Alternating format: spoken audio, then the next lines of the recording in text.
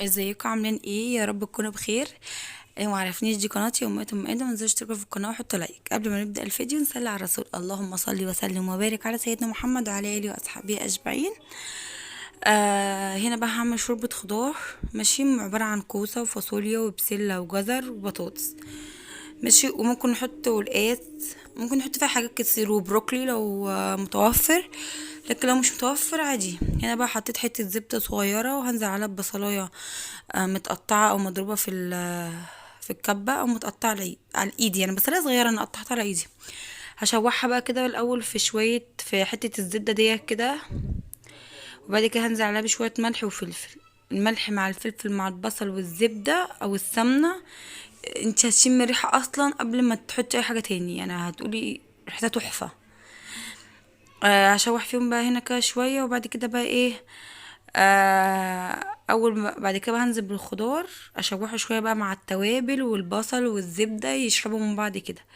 والله بصي هتعجبكم، جربوها صدقوني هتعجبكم.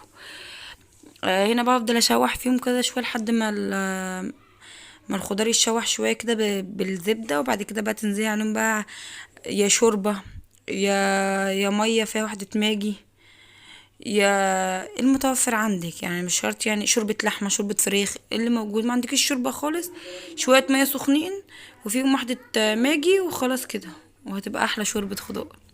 هنا بقى نزلت بالشوربه على الخضار، نزلت بالشوربه على الشوربه على الخضار. وبعد كده بقى ايه، هحط بقى هنا ايه طماطمية كده سليمة، مش دي اختياري.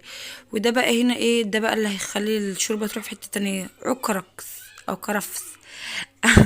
مش عارفة، هو الكرفس الخمس عيدان ب5 جنيه ليه؟ ده والدي زرعه والله العظيم، يعني الربطة كبشة كبيرة كده بنص جنيه او بجنيه.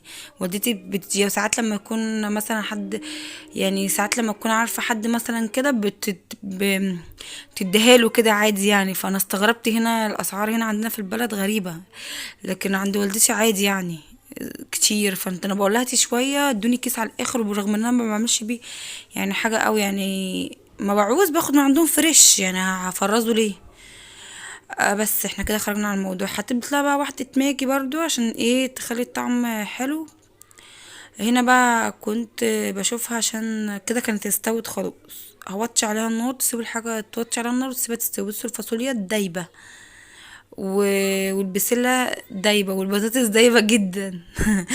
هنا كنت بشوف البسله خلاص كده بعد ما استوت بقى، هغرفها بقى في الطبق اللي انتوا هتقدموها فيه.